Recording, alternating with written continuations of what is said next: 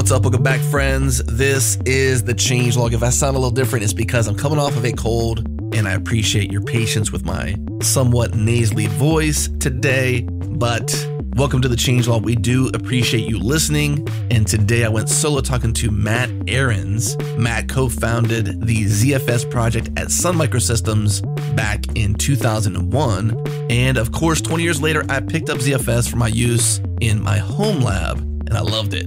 So I reached out to Matt and invited him on the show. Today, we cover the origins of the file system, its journey from proprietary to open source, the architecture choices like copy on write, the ins and the outs of managing ZFS, RAID Z and RAID Z expansion, a highly sought after feature coming soon. And Matt even shares plans for ZFS in the cloud with ZFS Object Store. Big thanks to our friends at Fastly for making our podcast super fast for you to download anywhere in the world. Check them out at fastly.com.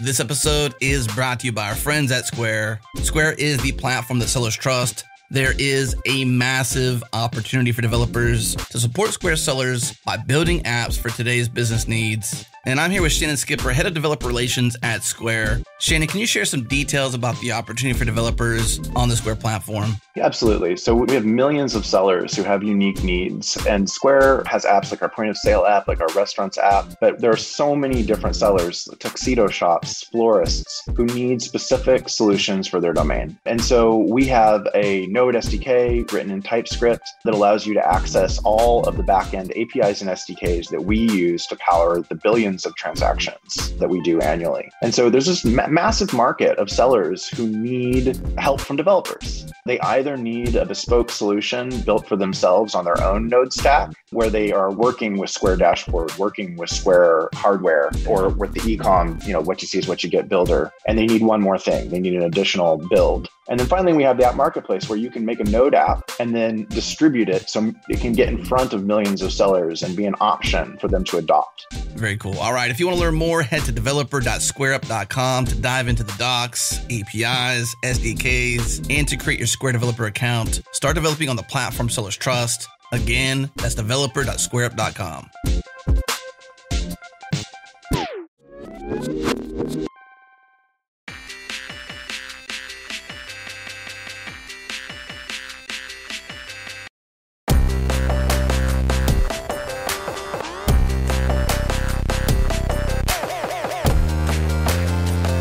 Matt, I'm a big fan of your work on ZFS, and I'm so glad to have you here at the Changelog because I'm a newcomer to ZFS. So as you know, because you're a co-creator of it, it's been around for a very long time. It was created in 2001, and my first use of it was in a home lab production scenario, powering my Plex server basically, in the year of 2021. So I'm 20 years behind the adoption curve of ZFS, but when I found out about it, I loved the file system, and I was like, you know what? We got to get Matt on the show. So welcome to the show. Thanks. Happy to be here. Do you do many podcasts? Is this a thing you do? I know you give a lot of talks, and you're in front of people a lot around ZFS and the community and whatnot, but what do you do around podcasts? Not really. I'm not really plugged into the tech podcast scene. I did one or two like many years ago.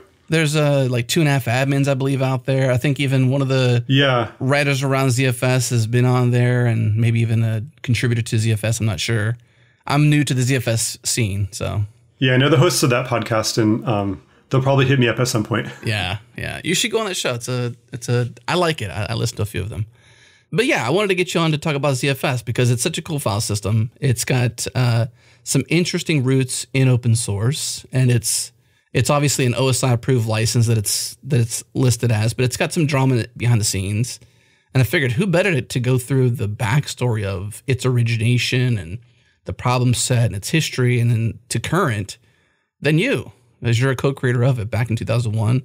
It was a file system designed by you and by Jeff Bonwick for the Open Solaris operating system for Sun Microsystems. They were eventually acquired by Oracle, and I just want to go into that history, whatever you want to share around that process, like the ZFS origination, what was the problem set, what was Open Solaris trying to solve at the time, what brought you to Sun at the time, wherever you want to begin. So open it up.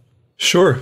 I joined Sun and the team just after college. So it was my first job out of college. Wow. And I was lucky enough to be recruited by Jeff Bonwick to join him and work on a new file system. So at the time that I joined, I had been pitched to me as like, come join and we're going to work on a new file system. And I just thought that was like the coolest thing I'd ever heard of. Mm-hmm. That was the motivation for me. I showed up and it really was like nothing had been written yet. So 0. That's cool. Yeah, 0. So Jeff and I started from what should this be doing? And, I was obviously very junior software engineer at that point in time. So a lot of the ideas of like what it should be able to do and where it should fit in the industry came from Jeff. But really, we wanted to make a replacement. Originally, we were just thinking of it as, hey, UFS is kind of hard to use. UFS was like Sun's file system before ZFS. UFS is hard to use. How can we make this easier to use? And we looked around at like how people were using it, mostly in the enterprise context. So, most of them were using it like with volume managers, with either Sun's volume manager or the Veritas volume manager were very popular at the time. And the volume managers were hard to administer, hard to set up. And then they had all these weird failure modes that some of the in-house sysadmins at Sun had experienced. Sun had a server that was called Jurassic.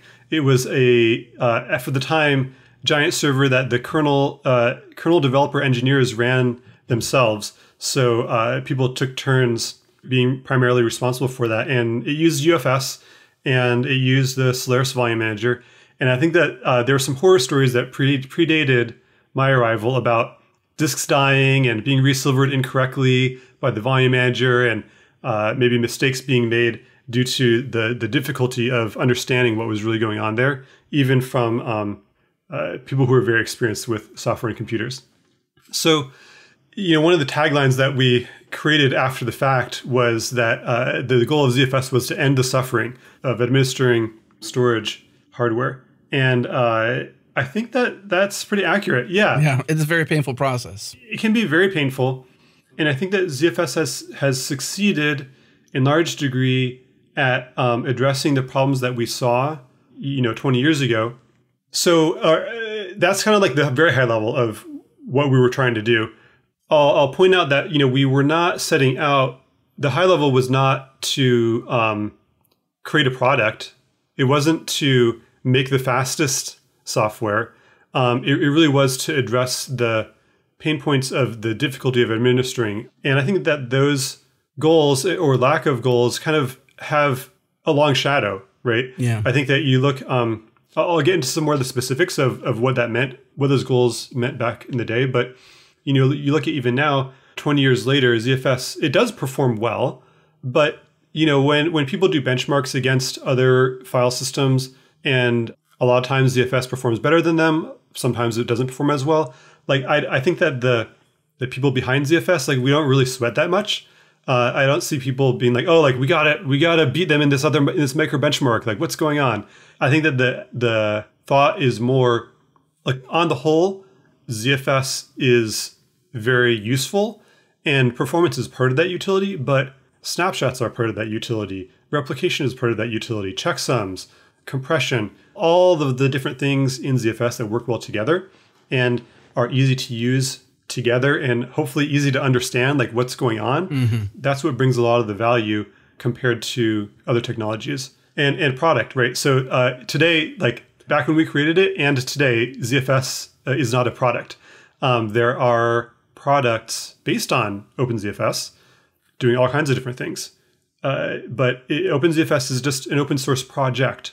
And we're working on creating that fundamental technology and making that easy to use for system administrators and also easy to integrate into systems and products. I think it's interesting, this history of it, because I can imagine as a junior developer coming out of college with a blank screen, essentially, with Jeff, you probably grew up a lot in terms of being a software developer and even a human being, right? I mean, your whole career has been spent essentially on what is ZFS and now OpenZFS, the project. And I think it's just interesting how you can sort of attack a problem set way back in the day in that exact scenario, come out of college, junior engineer, junior developer, first real job, right? Like it was your first real job as a programmer. Yeah.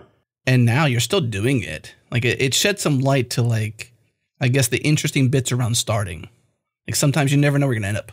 Like where you might end up is sort of like this question mark. And it's like, well, it could be a dead project or it could be something that people really get value over 20 years or more. Yeah, I think that I was very fortunate and lucky both to work on something that turned out to be so successful. Like it's definitely more successful than our wildest dreams of 20 years ago. And also very fortunate to have the opportunity to work on something that's brand new, even if it wasn't successful. Creating cool technology is always fun. Yeah. And it's a great experience. And then to be able to do that, with a great mentor, somebody that had more experience and was willing to do a lot of the hard work that was probably invisible to me at the time of like making the project exist and making the space for me and other developers to write the code while, there's a lot of other things going on within the company. People want different things out of it, organizational things, which thankfully, like I didn't have to get too involved in at the time, but I know Jeff put a lot of work into that, as well as the work that he did on designing and implementing it back in the day. So when somebody asks you, what is ZFS? How do you describe it? What do you say it is?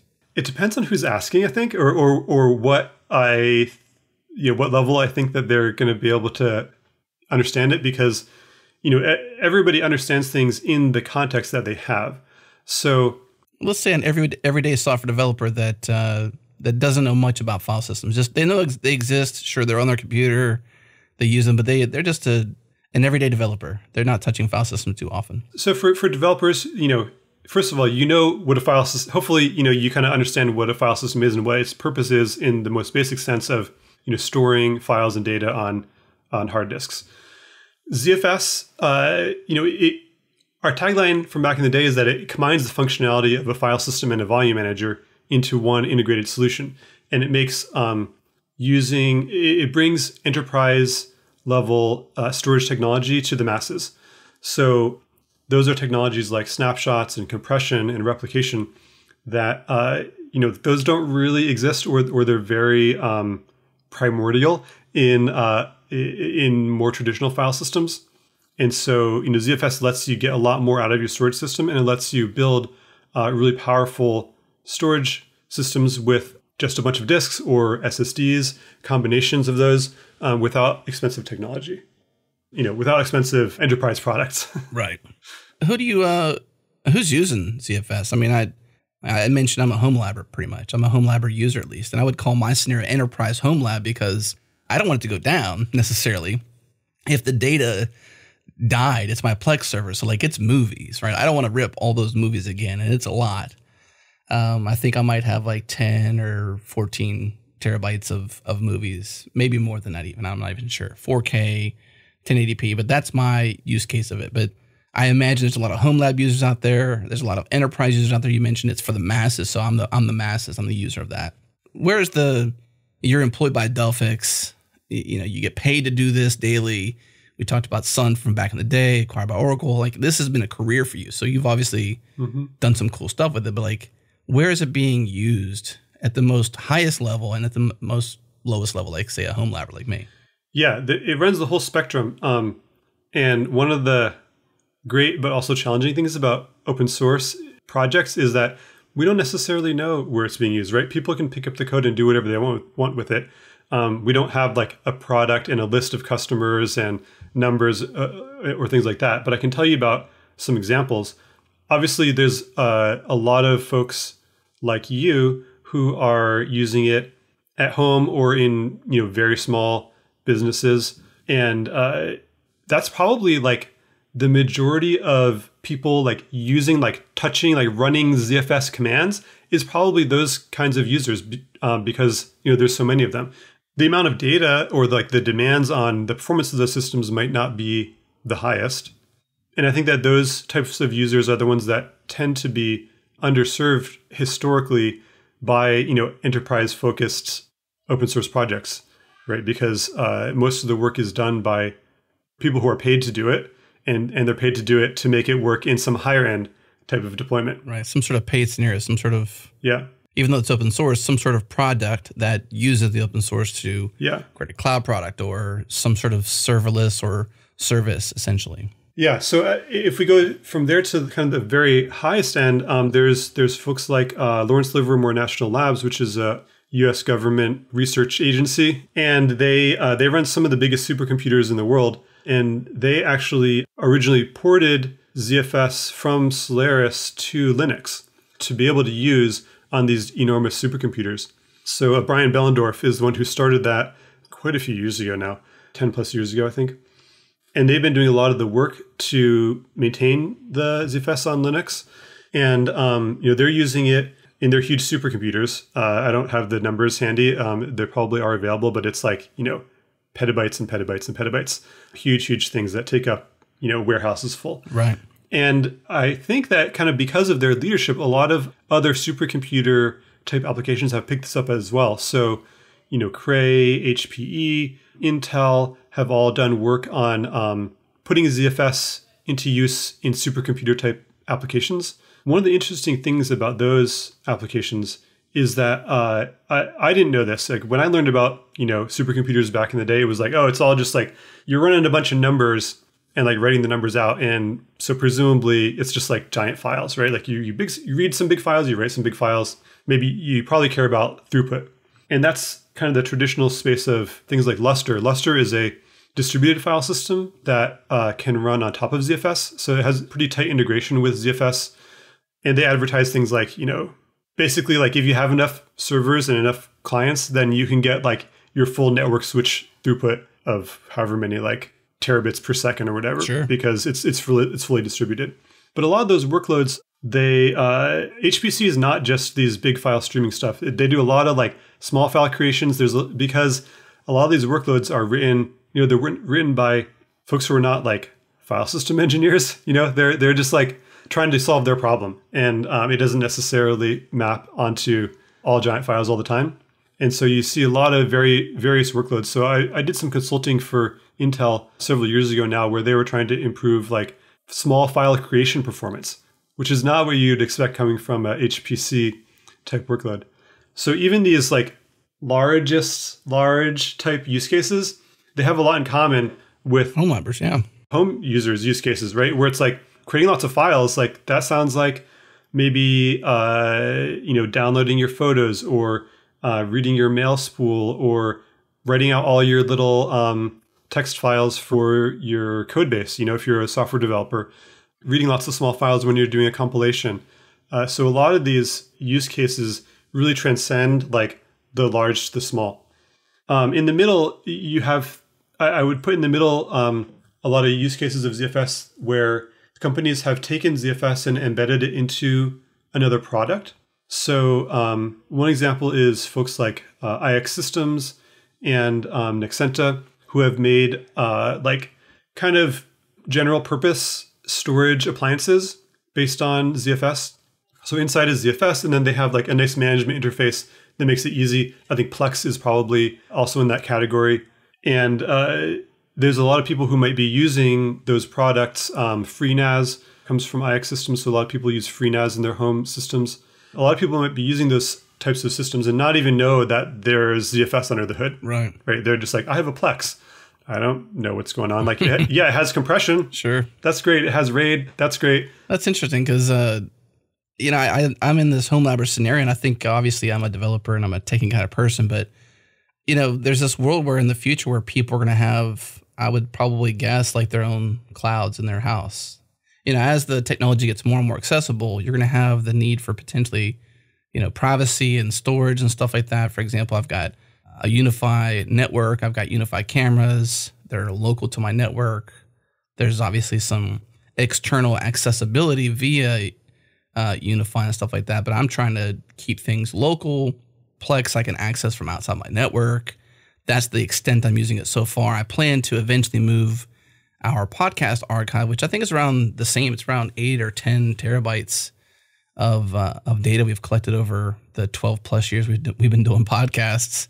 which, those archives are very precious to us. Like, if we lost, the early days of this show, for example, it probably wouldn't make or break the business, but we could never go back and alter that or remix them or remaster them or do something new in the future if ever we wanted to. So our archives are pretty precious to us, but I think it's really interesting how you can do this project and serve such a wide degree of, in quotes, customer type, user type, enterprise, small businesses to home labbers. That's just so wild how this file system could potentially power this future where I think more and more people will have a NAS on their home network. That's interesting to me.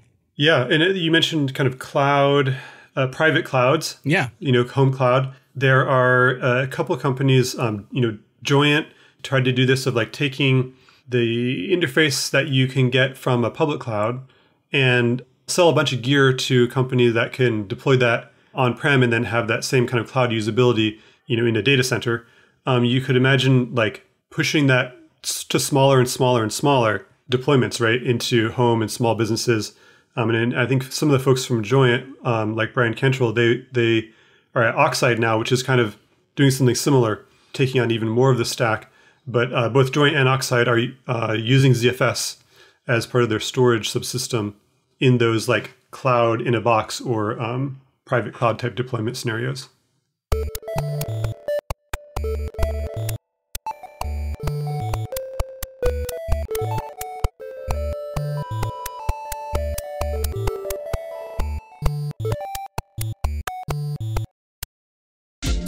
This episode is brought to you by Influx Data, the makers of InfluxDB, a time series platform for building and operating time series applications. In this segment, Miriam Bija from NodeSource shares how InfluxDB plays a critical role in delivering the core value of the APM tool they have called NSolid. It's built specifically for Node.js apps to collect data from the application and stack in real time. At NodeSource, we want to lean into a time series database, and InfluxDB quickly rose to the top of the list. One of the unique value propositions of NSolid is real-time data, and there is a lot of APM tools out there, but there is a variance in terms of how available the data is. It's not really real-time. There is actually a staging period to the data, and InfluxDB is magical and allow us to deliver on our unique value proposition of real-time data with NSolid. To get started, head to influxdata.com/changelog. Again, that's influxdata.com/changelog.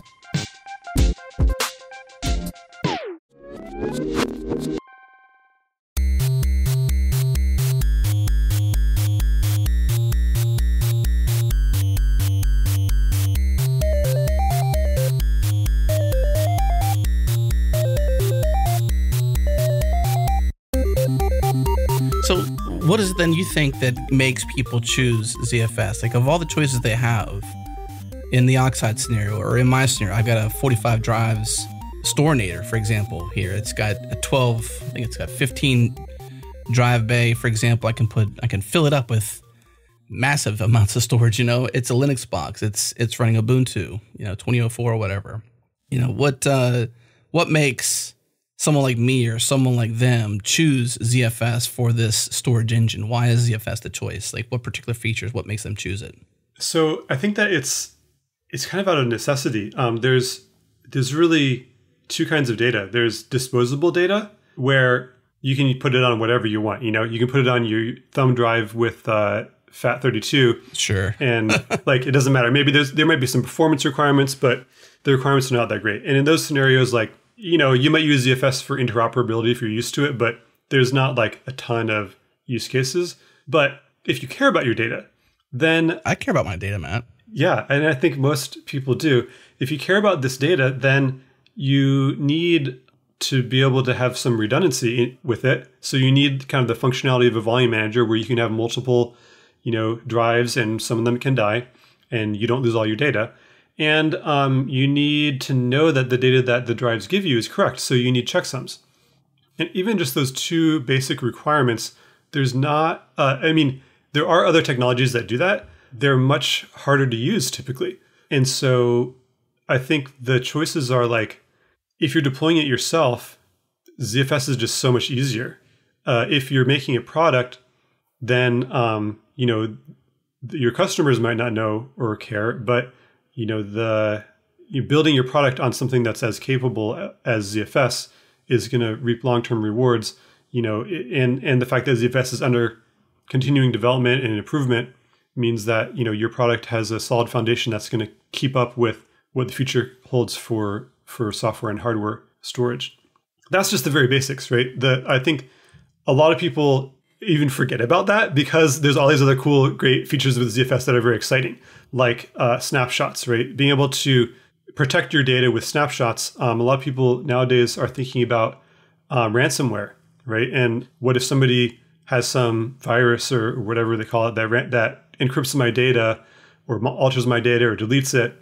How do I recover that? Well, ZFS has built-in snapshots, take snapshots every day or every hour. The storage cost of them is very low. You're only paying for the data that's different each snapshot, and the performance impact is basically non-existent. So you get a lot of protection from accidental or malicious changes to your data very easily, and with very low cost in terms of the hardware that you have to pay for it.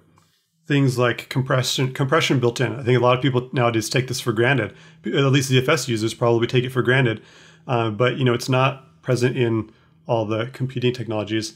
Being able to just turn on compression.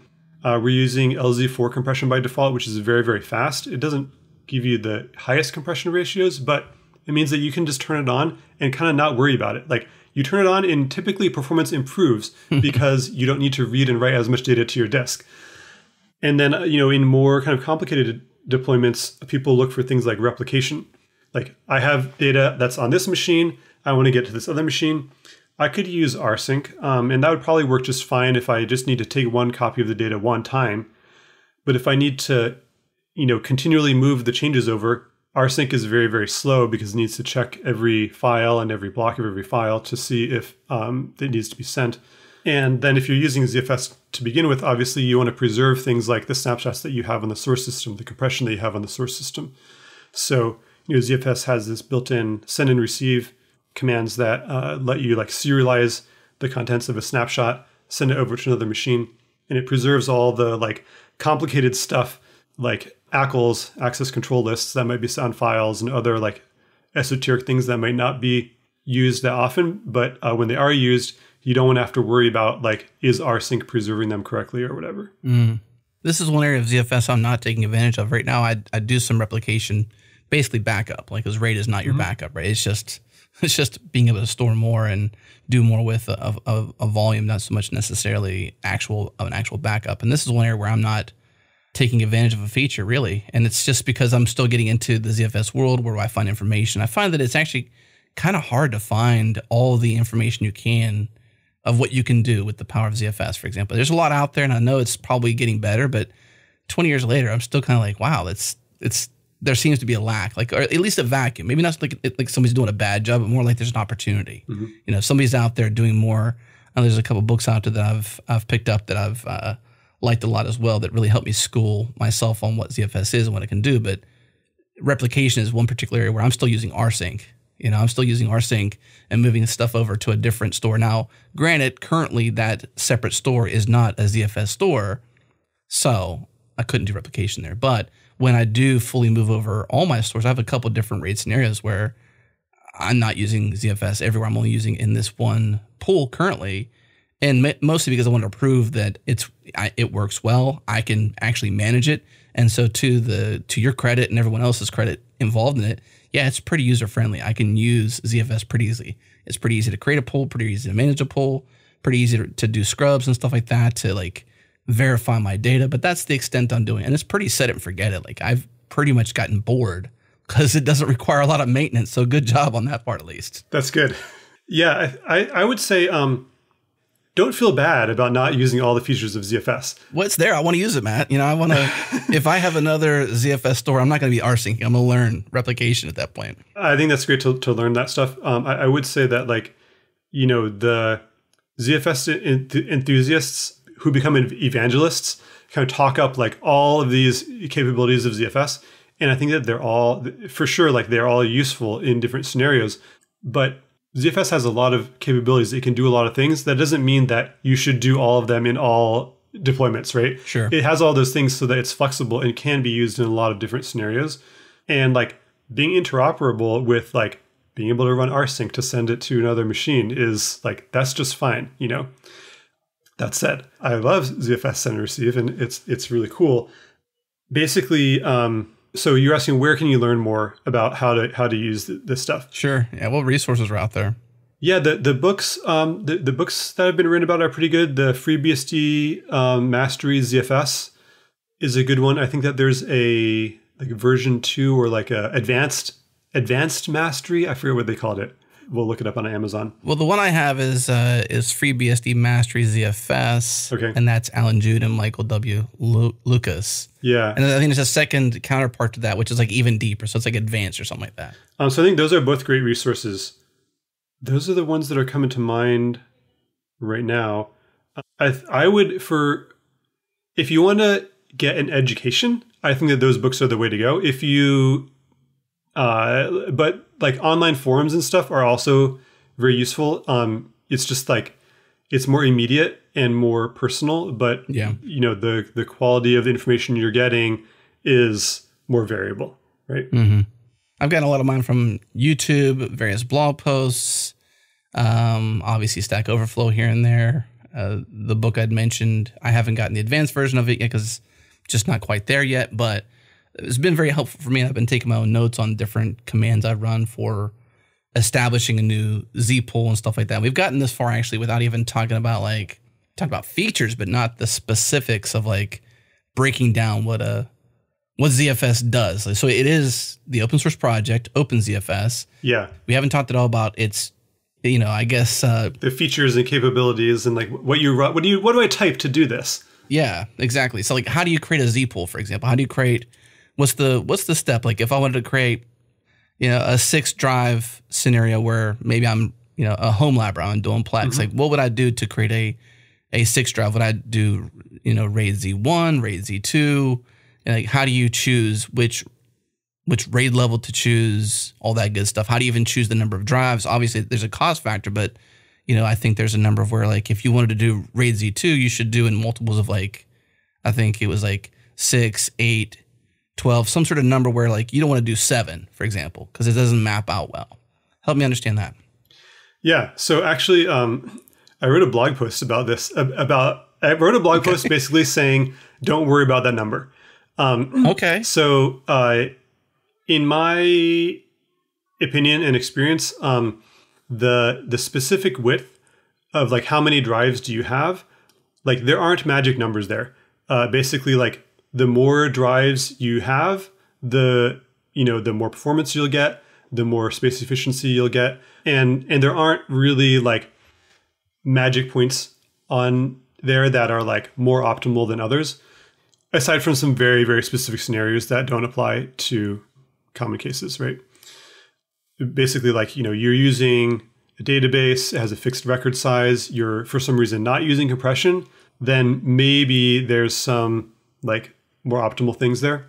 I wrote a blog post. If you search for like, I think if you search for RAID Z, you'll find it. The title of it is how I learned to stop worrying and love RAID Z, and it goes into excruciating detail about why this is true, about why people think that you need this like power of 2 plus n, Exactly, and then why it is not really applicable. And a lot of the reason is because like you want to use compression, and probably you're using compression or you're using very large files and very large block sizes because you have like videos or something like that that's not compressible.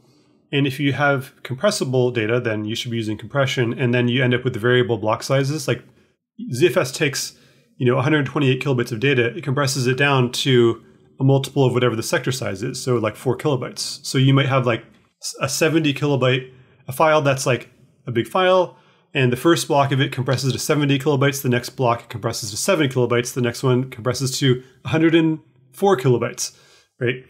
That means that any kind of fancy math that you're trying to do to arrange for things to be laid out just perfectly just isn't going to fly. And then on the other extreme, like if you have large files, then they have large blocks, and then everything kind of everything is easy and there's no need to worry about like getting things perfect, because when you have those large blocks, they can spread evenly over all the disks.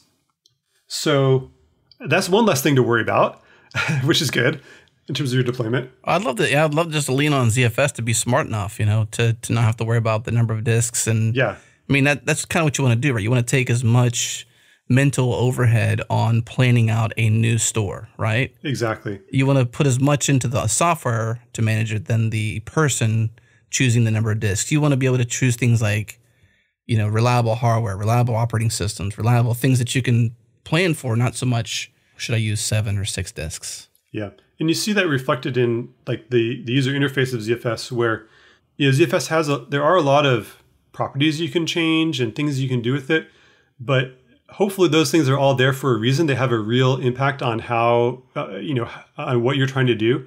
And then there's a lot of the internals that, you can do with like module parameters, kernel module parameters that are like semi-documented, not supported. It changes the internal workings.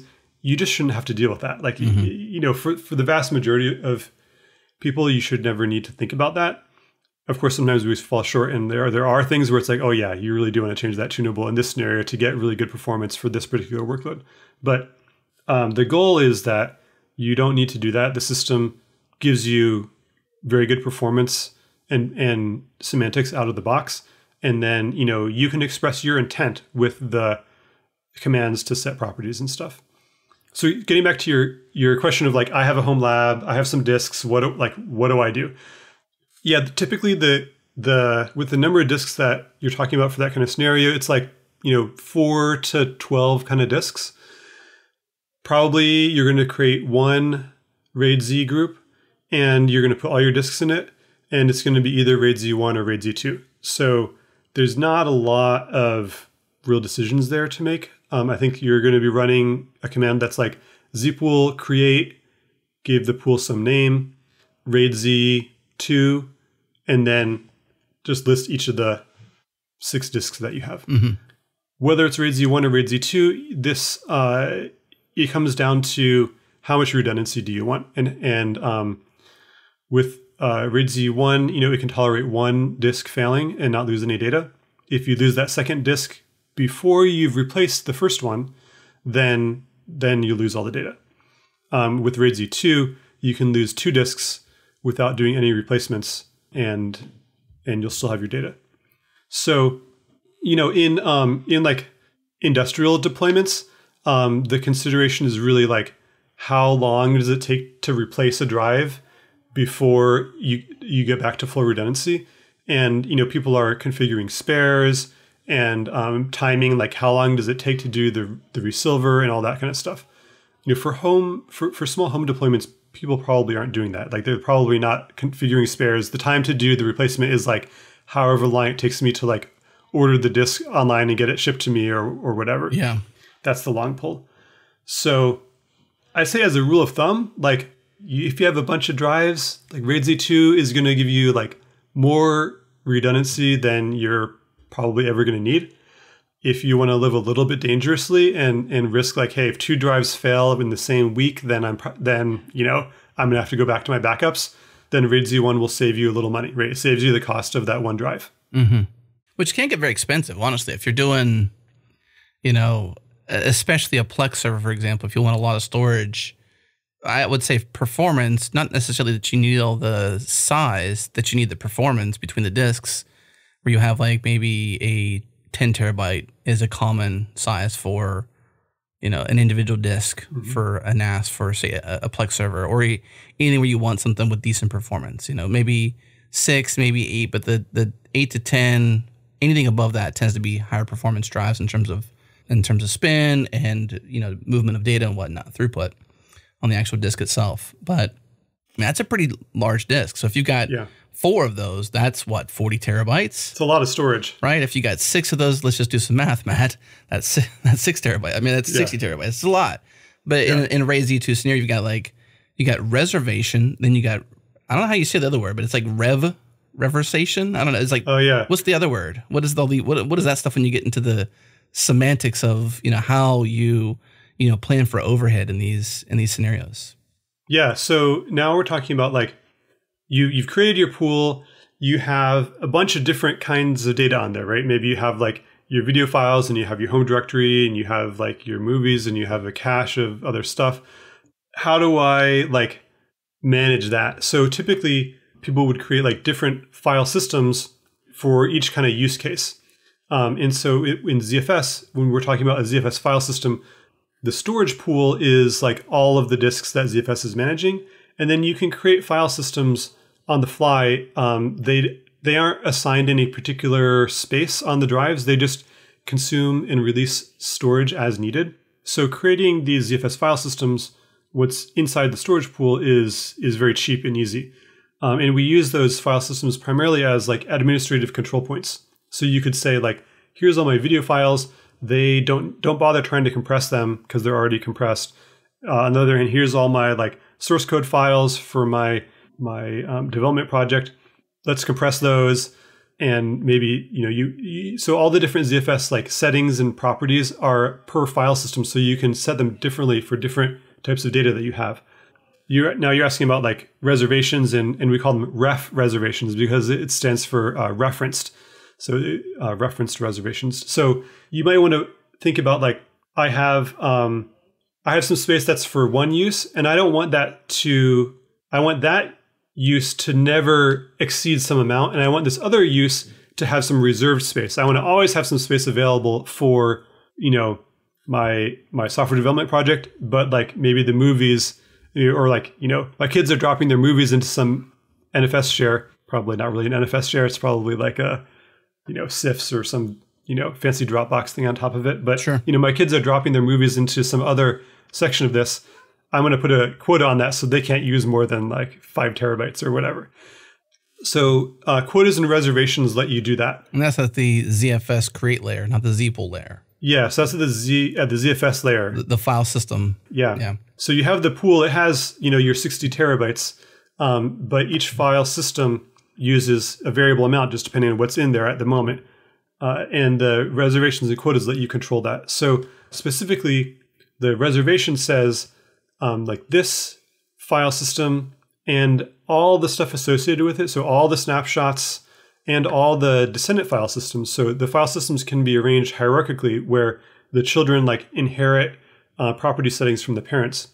So you could have like, maybe you want to limit the kids' movies, but each kid has their own like directory. And so you make that directory a file system. So, there's one kid's file system, the other kid's file systems, and then there's the parent file system that's like all of the movies. Mm-hmm. You can set quotas at any of those levels. You could set a quota at the all movies file system, and then that limits the space used by all the file systems beneath it put together. So the ref reservation is talking about, I want to set a reservation that is for the space, it's for like what I as a user, ignoring like compression and snapshots and other stuff, what I can see there, how much space, like I want to reserve space that's just for that. And the idea here is like the system administrator configured some snapshots and those snapshots take up some space, but I want to reserve space that ignores those snapshots. So the ref reservation is actually more expensive in terms of like it reserves more space because ignoring snapshots, I'm like, well, I already have like a terabyte of space in here. I have a 2 terabyte quota, which means like I can write a terabyte of new stuff, and maybe I could delete that original terabyte of stuff and replace it with other things. So I can actually write 2 terabytes of data here if I delete what's already there. So that means that the ref reservation has to make sure that there's actually 2 terabytes available if there's a snapshot of that original 1 terabyte. Mm. So it needs more space, but it's kind of taking a different view. Like if you're thinking as the system administrator and thinking about the cost of the snapshots, then you would use the reservation. If you're thinking as the end user and you want to ignore what snapshots are there or aren't there, then you would want to use the ref or referenced reservation. So that you can know how much storage you have available, right? It's really to get an accurate depiction of what you have. And if you're the administrator, you want to have a different view of the world. Yeah. If you're a user, you want to have an obviously micro view of the world because you don't really care about the snapshots and stuff like that. It's all the... Yeah, exactly. fluff to you. Doesn't matter. That's the administrator's job. And you might be that same person. You know what I mean? Yeah. In my case, I'm the same person. I'm the user and the administrator. Yeah. If it's the same person, then it's a little easier to understand what's going on. But when there's multiple people involved, then these concepts are, the detail and richness of this of these properties are useful.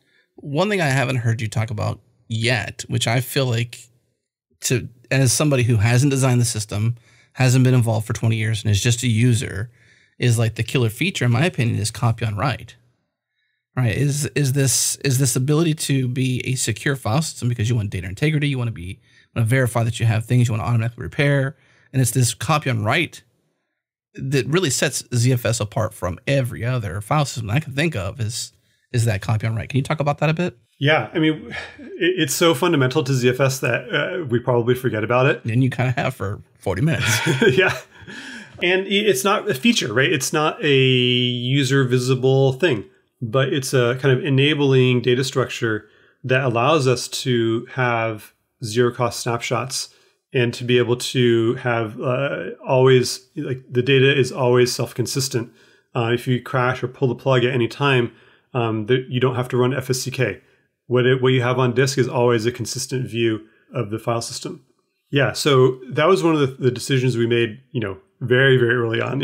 Before we wrote a line of code, I think we decided that ZFS would be copy on write. What made that come to light? Like, since it's so fundamental, it goes that far back. Why did no one else copy this feature? Or how often is it used elsewhere? Why is it so fundamental? How did you get there? I think that like a lot of the features, first I'll answer like, why aren't other people doing it? And then I'll talk about who is doing it. So why aren't other people doing it? Well, like a lot of features in ZFS, there's a cost to it. There's in terms of a runtime cost, right? Like it can make things slower in certain scenarios. And copy and write can also make things faster in a lot of scenarios. But like checksums, which are, on by default in ZFS, we viewed it as like, this is a fundamental enabling thing that everybody should be using. And if you're like really, really have some hyper specific use case where you can't pay the CPU cost of checksumming, okay, I guess we'll let you turn it off. Or maybe this just isn't the file system for you. I don't know. I mean, we kind of took that view with a lot of things in ZFS, including copy on write. But that's why it is not, or hasn't been used more widely, is that like it's complicated, and copy and write makes performance different, at least not necessarily worse, but different. Now, as to how did we decide to use it and who else is using it? Well, at the time, I think the other major use of it was in Waffle, which is NetApp's proprietary file system. And I think they had used it to great success, especially with like enabling snapshots. A bunch of the kind of details of how they implemented the snapshots are different than how we keep track of them. But the fundamental idea of like, we're always going to be writing new data to new places on disk. We're not going to be overwriting existing data in place. We saw that as like snapshots are going to be just a base requirement in the future. And doing it any other way than copy on write is just, it's not scalable. And you see that even today, like there are snapshots in things like UFS, but it's like you get one snapshot, or like you can have snapshots, but when you create the snapshot, it takes like minutes and minutes and minutes to go like copy a bunch of metadata or whatever. And we wanted it to be easy and cheap. We wanted to give people like no excuse for not protecting their data with snapshots. Makes sense. The other thing that we saw, which is more from direct like pain experience, is that with earlier file systems, if you crash, you had to run FSCK. And the bigger your disks got, the bigger your file system got, the longer it took to run FSCK.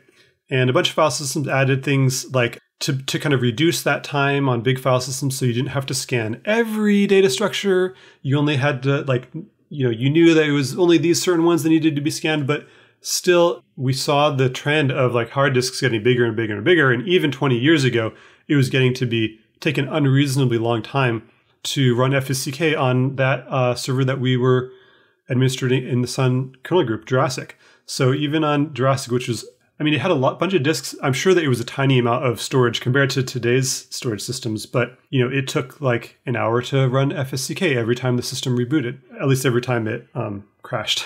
Yeah. So, we saw that as totally unacceptable. And rather than like make incremental improvements on FSCK, we wanted to design the problem out of existence so that we didn't have to worry about it as disk sizes increased. And I think that like in retrospect, that was definitely the right way to go because storage is just so huge nowadays. The idea is that for copy on write is that, and I suppose because we do have much larger disks now, it's more, there's more opportunity to always write new versus copy or write over old, right? In an opposite scenario, you always have a lot of disk space available, or at least in large pools. Sure, always is, in quotes, it's not always true. But, the idea is that you can always write new. And that makes snapshotting easier because you could just point to the newly written file versus the overwritten file. And if ever you need to revert, you can point back to the old file that was not overwritten, which is what makes your snapshots so much faster and so much easier. Yeah. You can promote a snapshot to primary and kill the old thing altogether. Like there's a lot of interesting things you can do. Very much similar to the way Git operates even, right? Like it's very similar to the way Git operates with master and branch, or, your main branch and different branches and stuff. It's very similar to that, at least in terms of how you fork the data. Yeah, definitely. Like forks are just like ZFS clones in terms of they start the same as some base, but then you can diverge them, to put your changes into each one. And then you can go back to how it was before, and you can create lots of ZFS clones easily, or lots of branches easily, I should say, about Git. Yeah. What about the real feature? I think is that people have been, especially home labbers. I'm not sure you can speak to the enterprise customers needing this, but I think it's more apparent in home labbers because you want to start small because you tend to have less money invested in disks, and you want to eventually expand. So, but once you establish a pool and you create some file systems.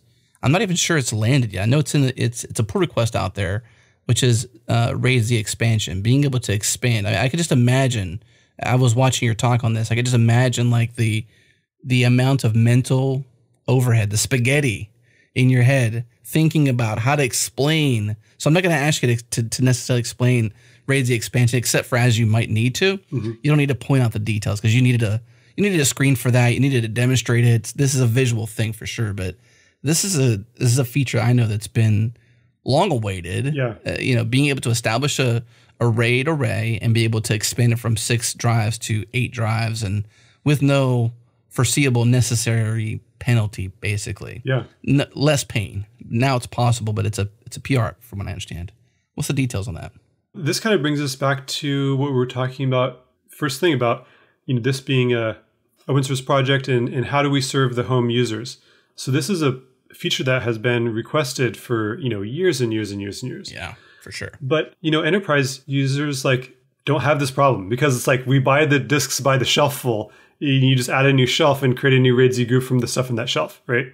Or you just buy a new rack. It's like a whole new rack and a new system, and then that's what you're going to use for the next 10 years. Hopefully not that long, but the life cycles in enterprise are very long. But for home and small users, it makes a lot of sense to say, look, I started out with 4 disks. I mean, these disks are not cheap when it's coming out of my own pocketbook. You're talking about laying out $1,000 or something, and then I don't want to have to lay out $2,000 or $1,500. I care about the every extra $100. So sizing it for just what you need initially makes sense, and then a couple years down the road, your storage needs grow.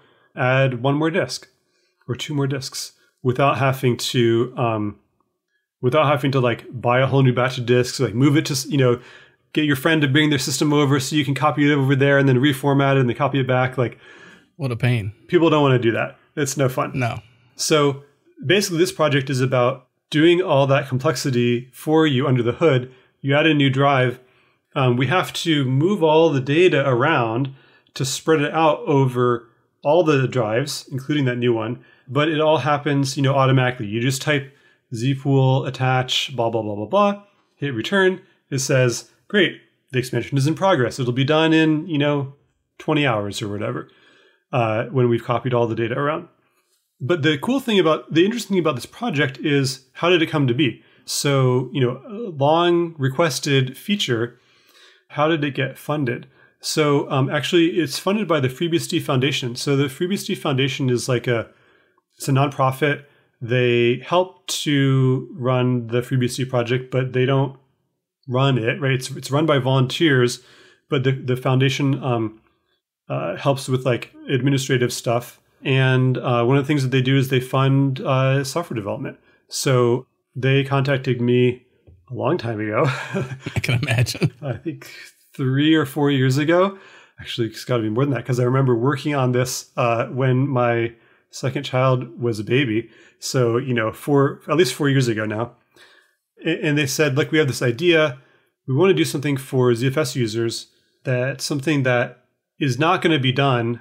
That's something that's going to help the small users that isn't getting done by the contributors today, who mostly come from, well, I should say from the people who are developing new features. Right? There's lots of contributors that are, maybe not even C developers, right? That are contributing lots, new tests, man page changes, all kinds of cool stuff. But the new features are primarily coming from these enterprise use cases who are funding developers. How do we get something developed that's going to help the every user? And so they came to me with this idea of doing RAID Z expansion, and I kind of came up with a design of how it could be done, proposed it to them, and they said, yeah, let's do it. I gave them the timeline. I said it'd be done in a year. And 4 years later, it's almost done. So that's awesome. Yeah, I mean, this is primarily because of constraints on my time and just not being able to spend as much time as I thought I would on the project. But so, do they come to you personally, or do they come to you through your employer? Come to you, because your time on ZFS and OpenZFS is probably pretty divided in terms of how you personally spend it, right? They came to me, personally because they know me from, speaking at the FreeBSD conferences and stuff like that. Fortunately, I was able to arrange it so that the consulting work that I do is actually through my employer Delphix. So it makes it easy for me to, not have to clock out and do the work at night using non-company systems. So it's easier for me, and it kind of fits in with my role at Delphix, which is to develop software that's for Delphix and to be a leader in the community. So I'm fortunate that Delphix values open source, and they've seen the value of being a leader in this open source community in terms of our brand within engineers and being able to do recruiting. Our team has recruited a fair number of employees from the OpenZFS development community. So, the time that I spend reviewing pull requests on OpenZFS is on the clock time, right? I mean, my company is paying me to do that, which is pretty great. I don't have to do it only on my nights and weekends. You're living the dream. Yeah. So it's worked out very well for me, and I'm definitely very fortunate to be in that situation.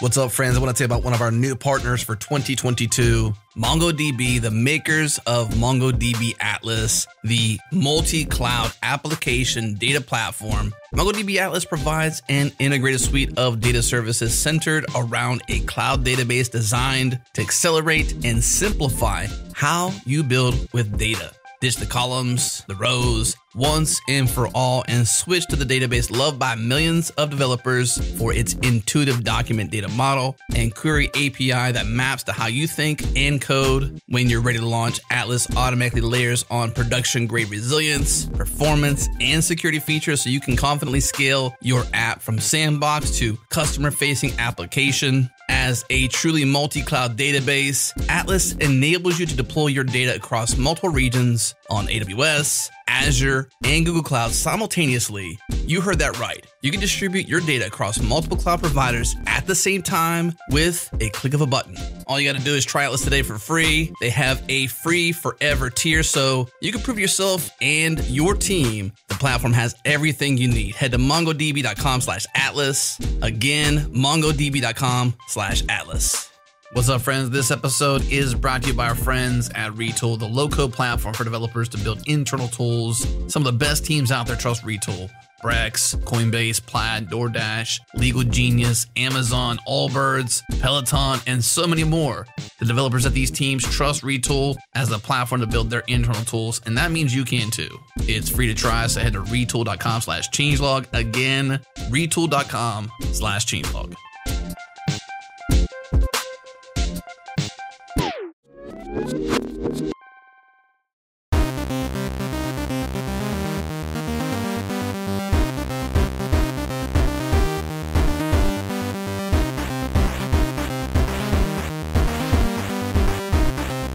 So 4 years later, though, RAID Z expansion. 4 years later, RAID Z expansion. The PR has been opened. Yep. It's not landed in terms of... It hasn't landed yet.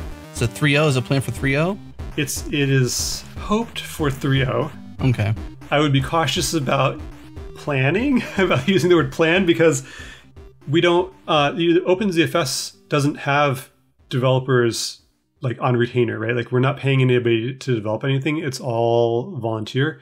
So we can't speak too strongly about plans. Like we can do a release, but we can't make anything get in, right? Right. It takes a lot of people to get it in. I've done, most of what I need to do as the developer to get the PR ready.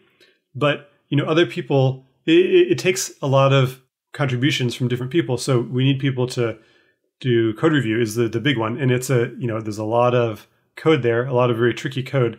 So we need other experienced developers to do code review. We also need other people that might just be users to do testing. Yeah. Help give confidence to other folks that in the community that this is going to work right and not break their pools. And I guess that's just as easy as right. You could, if I was an end user to test that, I could use send to send all my data to a new pool. Obviously, I have to invest in the hardware and the drives and stuff and replicate essentially my scenario. But I can use my existing production data, copy of it essentially in a new Z pool, exact same scenario, and do an expansion on that pool. Yeah. So that could be a way that an end user could help. But it's a matter of getting access to that future branch and being able to compile it and put on their machine, which probably takes a lot of effort. Yeah, it takes a little bit of doing to know how to compile and install, because it is it's a kernel module. There's it's a little more complicated than just downloading your normal thing. It should just work. There's automake and autoconf, all that stuff is there. So the steps are type configure and then type make install. However, depending on the particulars of the system, getting it installed correctly in a way that it gets picked up, for example, in preference to the kernel modules that might already be there. If you have an Ubuntu system that comes with ZFS kernel modules already, there can be some tricks there. But this is a well-trod road. I mean, there's hundreds and hundreds of contributors who have, gone through these steps on all the different operating systems. So, if you would like to help, it might not be a one-liner, but there are a lot of people that can help you. What's the best place to go to get that help? Then would you say the repository, or would you say an issue or the mailing list? What's a good place to say, hey, willing participant, I'll help test this at least as an end user? If you're looking to volunteer on something specific, like I want to help test RAID Z expansion, then probably comment on the PR would be the right place. If you're looking for I'm trying to compile this so that I can help somebody else, how do I get it installed? Then the mailing list would be a great place to ask. Okay, cool.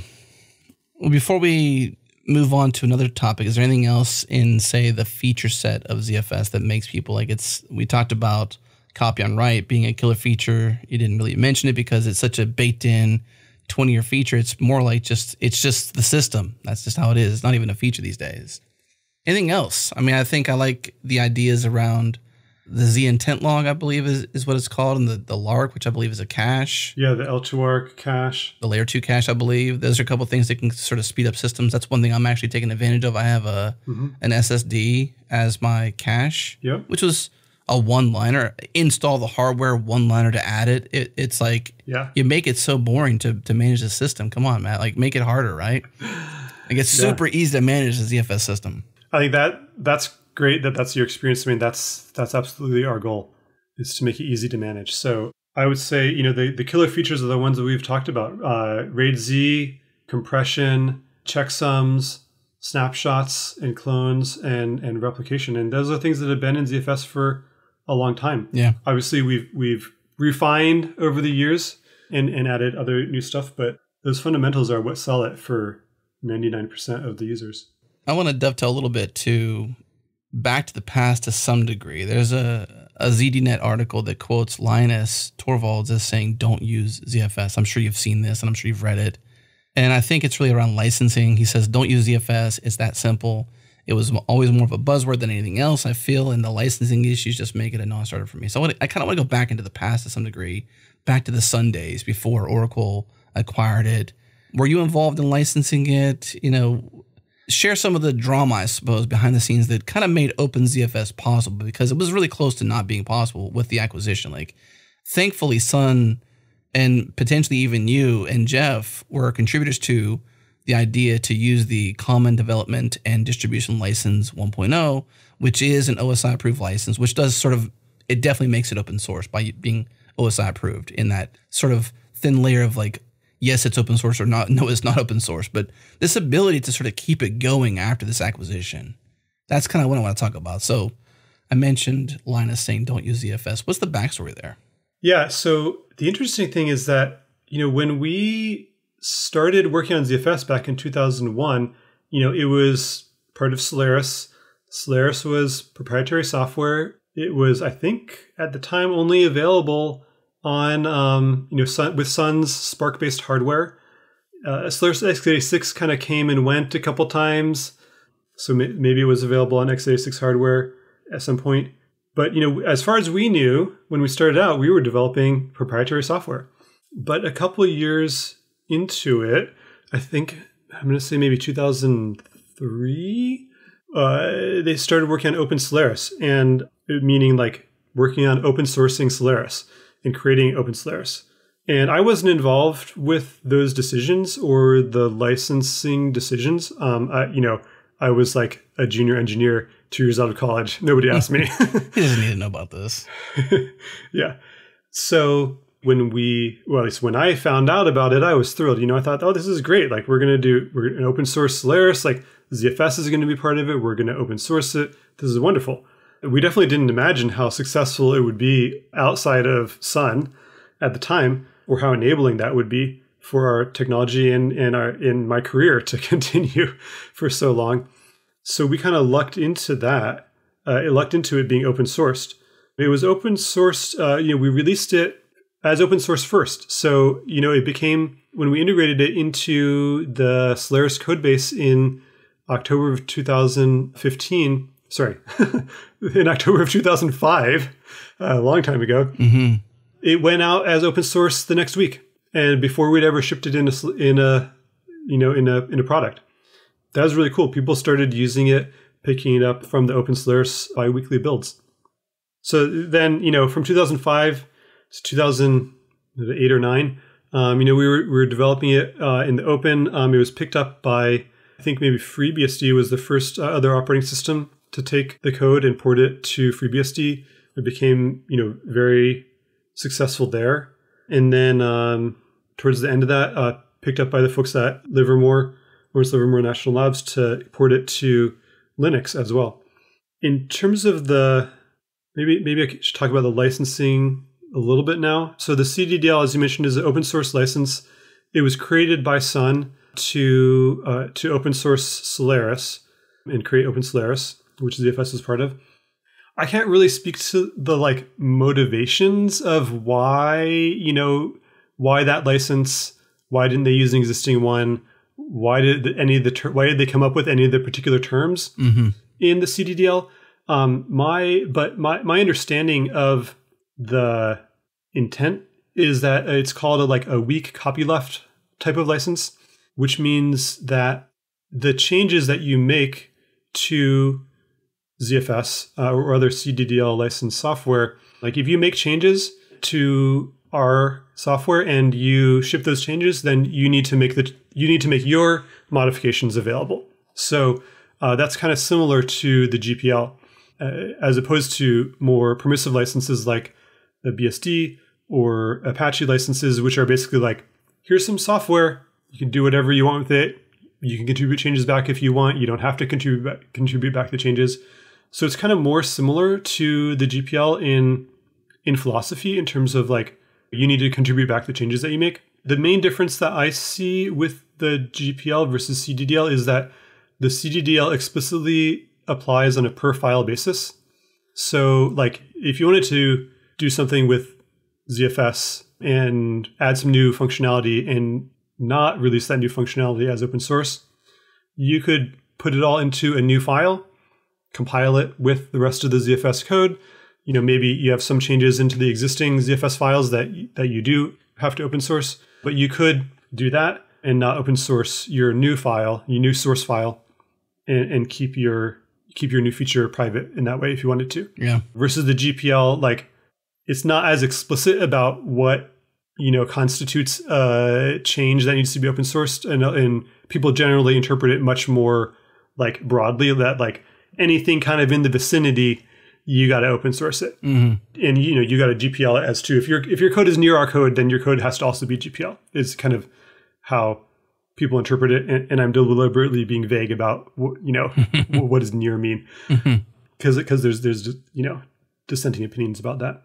So Linus's comments, I think that as you kind of heard in the quote, I think that Linus has no love for Oracle, and I think that he's concerned, or at least at the time that he wrote that, he was concerned about litigious Larry. He quotes them as litigious Larry. Yeah, is Oracle. So I think that the reason that he was saying don't use ZFS was like to avoid Larry suing you, sort of, is how I interpreted it. And I'm not a lawyer. I'm not giving anybody legal advice, but nobody has been sued for using ZFS since the NetApp lawsuit, which was a NetApp Sun lawsuit more than 10 years ago, and nothing came of that lawsuit. So nobody won or lost in that lawsuit. Everybody just dropped it. The reason why I bring this up is less to be like provocative, like, oh, Linus says don't use ZFS, but more around this unavoidable tension between developer, you, and everyone else involved in the creation of ZFS, and then eventually being open source through this license, and then the world-changing opportunity of software, and then the license that sort of stands between that opportunity. Because I quoted Linus as saying that, but I didn't quote him as saying, which I'll do now, as saying, I can't integrate this because I want it. It seemed as though I'm tea-leaving here, like between the lines, but it seemed as though he wanted to integrate ZFS into the Linux kernel, but was unable to do so because of essentially the license, the GNU license that Linux stands upon, and the difference with the CDDL license that ZFS was licensed as Open Solaris.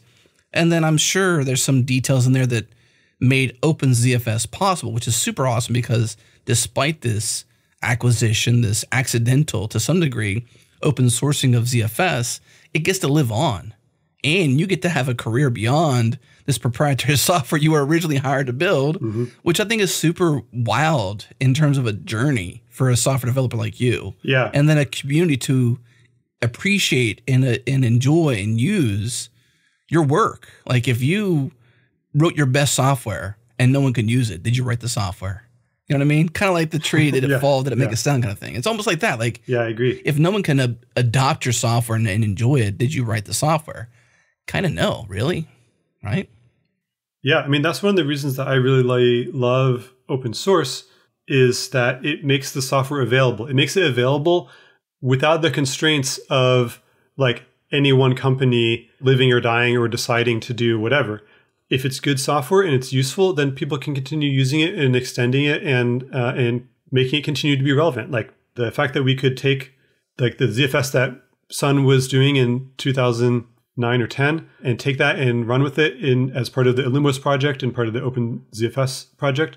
I mean, that's that's open source. Like that's what it's supposed to be. There wasn't really anything special that let us do that. Like the fact that it was an open source license let us do that.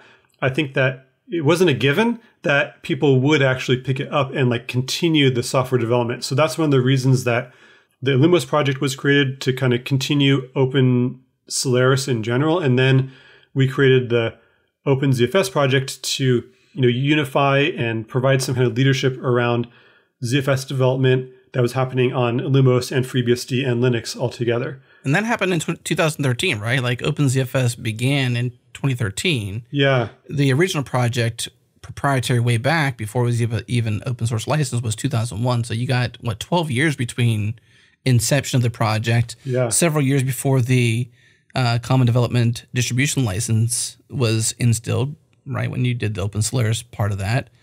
I mean, if that didn't happen, like, I don't know who did that inside of Sun, but like, if that didn't happen, then ZFS as we know it would have died.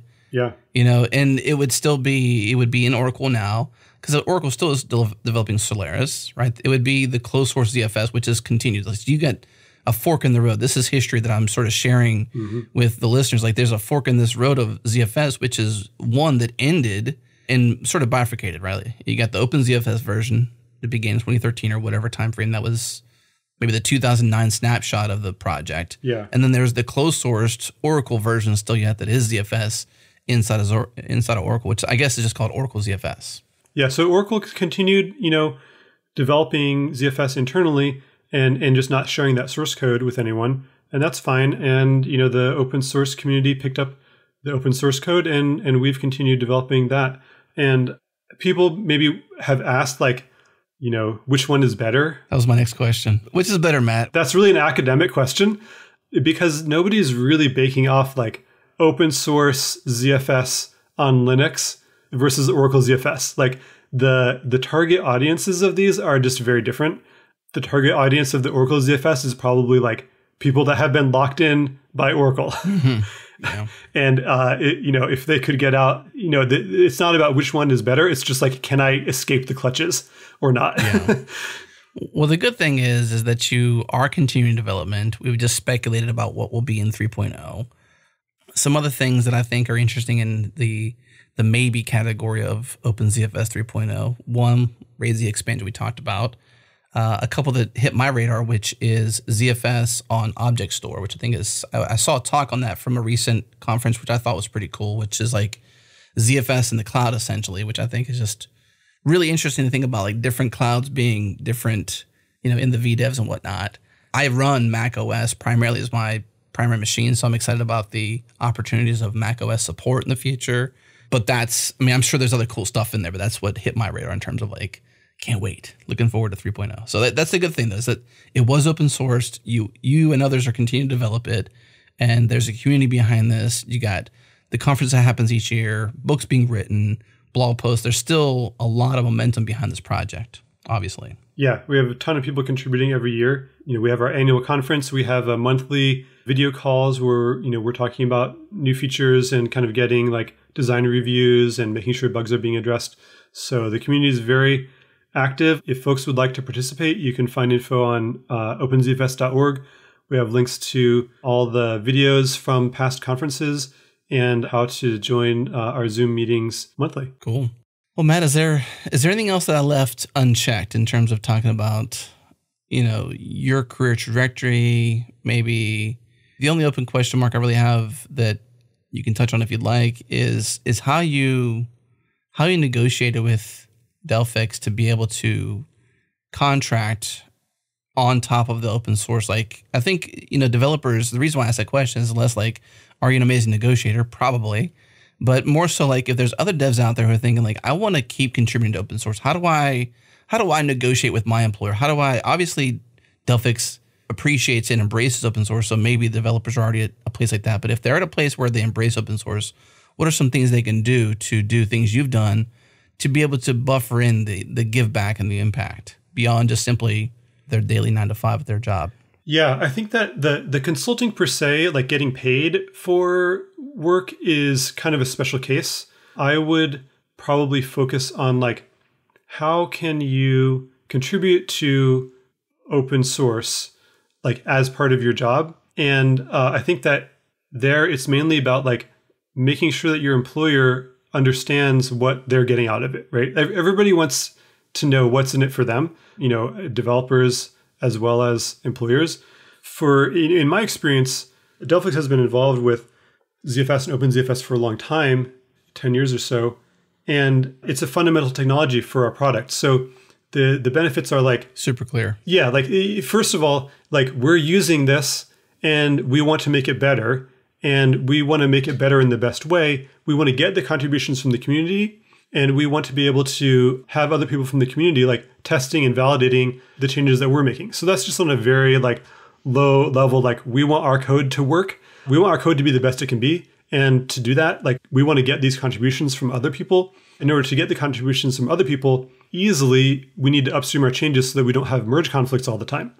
And we want our changes to be validated and checked and tested by the community. So that's like a very like low level, fundamental, like quantifiable benefit to the company.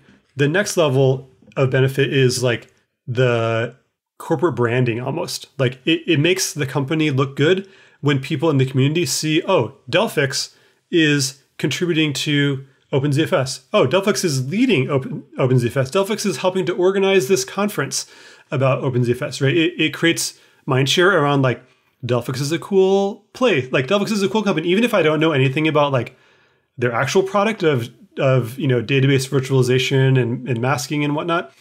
I know that they're doing this cool open source work, and that makes them seem cool. So for our case, like our customers, the people that we're trying to sell to are generally not like software developers. So it doesn't go directly to our bottom line, but there's a lot of other things that companies do besides just like exchange services, goods and services for dollars, right? Like recruiting. So yeah, almost, I would say more than half of the team that I work on of about 10 people is people that have joined us from the people that I knew from the open source community. And a lot of it was like serendipitous encounters where it's like, I was asking one person like, hey, like we're looking to hire, do you know of anybody? And then somebody else happened to overhear that and be like, hey, are you looking to hire? Cause I'm interested, So yeah. It's not, in terms of the like branding and reputation and whatnot, it's a lot harder to pin directly on it. I think you're going to have to find somebody within the company that kind of believes in that because it's less quantifiable. But at least in my experience, the benefits have turned out to be very real in terms of the reputation and, within the software engineering community. What about you? How are you feeling about where you're at with your career and what you're working on? Any closing thoughts on like, are you winded with ZFS? I mean, 20 plus years so far I'm just going to imagine like you eat, sleep, and breathe, work-wise ZFS to some degree. Like, are you burnt on it? Are you done with it? Are you more motivated than ever? To be honest, like the ZFS it's getting to be older, right? I mean, 20 years is a long time, even within enterprise software. And I think that it can be a challenge to remain relevant as things change within the industry with things like, first, we had the challenges of SSDs with very different performance characteristics. Then with virtualization, changing kind of where the storage hardware fits into the stack. And now with the cloud, even more so, the separation between the storage hardware and the actual use of it. So I think it could be a little discouraging, but to me, the project that we're working on now with ZFS on object storage has just been like incredibly fun. And I feel like we're taking ZFS to the next, like we're giving it some more legs that'll keep it relevant for another decade. Mm-hmm. And it's not necessarily like, it isn't something that's going to be used by every ZFS user today, but it's going to enable a lot more ZFS users in the future by making ZFS integrate even better into the cloud and bring those capabilities of snapshots, compression, all that stuff to object storage and good performance to object storage. And I've been having a blast the past year with the team developing that and designing it. A lot of the code is actually in userland. We're writing it in Rust, so we all like learned Rust, which is really exciting. It makes me never want to touch C again, even though it is my job to do so. So we're going to do it. But Rust, it just feels so like, it feels so comforting. Now that I've learned it, the safety of it feels very comforting, and it makes the dealing with raw pointers in C everywhere feel scary, as it should be. I would say like it should feel scary. It is hard. Like, you got to get everything just right with C in order to not have bad bugs. That's how it's more work, but that's fun work too. I see ZFS continuing to be relevant because we're adding these new use cases to it, and I find that really exciting. On the Rust note, what made the team choose Rust? Was it because it's on the network? Yeah, so we chose userland before Rust. So, we need ZFS to talk to the object store. So it needs to talk like HTTP and HTML and JSON and all this stuff. And we did not want to do all of that in the kernel. So we decided, okay, we'll have some like userland process that the kernel is going to talk to say like, get this block, read this block, write that block. And then this userland process is going to deal with like turning it into S3 requests. And once we had done that, then we thought, well, C is like not there are languages that are higher level than C that could make our job easier. And so we looked around at like what the options were there, and Rust seemed like I didn't do a comprehensive survey of every possible language, but because Rust seems so similar to C in terms of like it's a low level language, there aren't scary things like garbage collection. Java might have been another choice, especially given that like the rest of Delphix's software is written in Java. So like in-house, we have a bunch of Java developers, but the performance aspects of it, we felt more confident that we would be able to get all of the performance out of the hardware with a low level language like Rust. And then having the ecosystem of all of the Rust crates would let us develop it faster. And then, the safety of, not having like memory corruption would also let us develop it faster because we wouldn't have as many crazy bugs to debug. Mm-hmm. Interesting. Well, cool. I'm sure we can probably like do a whole entire separate segment that's deeper than that answer there on Rust, because that's always interesting to be like, well, you develop most of this in C, or all of it in C, so why would you choose Rust in the userland part of that? I'm always curious about those questions. But yeah, I mean, C would have been the kind of natural choice. Like, I'm sure that there's libraries that we could have found for C to do all of the, network communication, JSON stuff. But I feel really happy about the choice to use Rust. Good. Matt, anything else? Anything left unsaid? This is the closing. So any advice for those who are going to pursue a land that has ZFS all over it for them? Maybe they got some spare drives they want to play with. They got a home lab. They got that Plex server that's still clunking on an old Mac Mini or something like that. They want to move it to a Linux box with ZFS, whatever. What kind of advice you got? Closing thoughts. I would say just go for it. I mean, if you like tinkering, then I would just get some install of Ubuntu or another OS that has ZFS in it, maybe FreeBSD, and start running, zpool create and whatnot. If you want to use ZFS but don't necessarily like tinkering in the internals of everything, then a more packaged solution like FreeNAS would be another good option. Yeah, got a good interface for just doing most of the work. You don't have to do any of the command line stuff at all. Really, it's all just a UI for it, which can be nice. Yeah, I prefer the terminal when I manage ZFS personally. I feel like I can actually feel the heartbeat of the software rather than some UI trying to tell it what to do. Yeah, I just couldn't understand it more.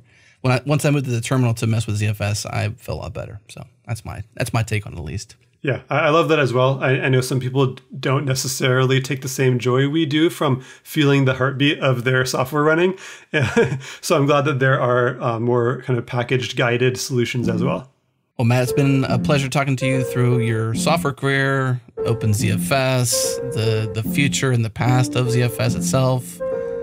I really appreciate it. Thank you so much for your time, and really appreciate you. Thank you. Thanks for having me. That's it for this episode. Thank you for tuning in. If you enjoyed the show, do me a favor, share it with a friend. And of course, thank you to Fastly for all that awesome bandwidth. and also Breakmaster Cylinder for making all of our awesome beats. Here's a pro tip for you. Check out changelog.com/master. That is our master feed. Get all our shows in one single feed. And for those super loyal listeners, check out changelog.com/plus+. That's our membership. Get all our shows with no ads, plus some other perks. Again, changelog.com/plus+. That's it for this episode. Thanks for tuning in. We'll see you next time.